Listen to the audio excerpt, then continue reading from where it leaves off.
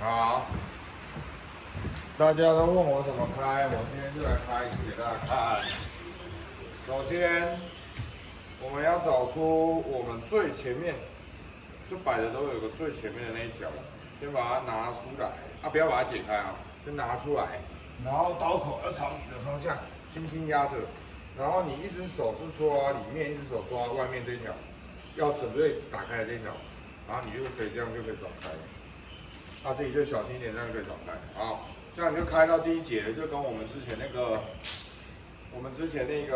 教大家怎么折的是一样的。好，然后再来你要把你的这个调成大概的大小了，通常我会这样震一震，震一震它就会差不多了。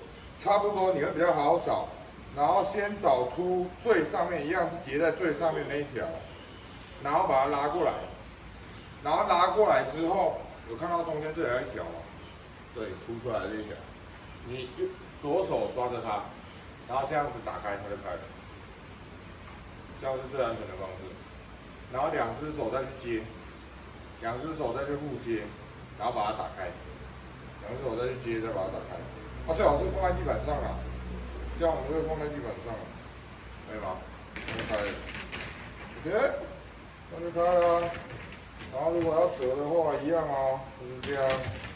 然后左右交叉，然后我这里抓起来，好，然后调整差不多的大小，轻轻压着，左右再交叉，这样就折完喽，就可以收剂子喽。拜拜。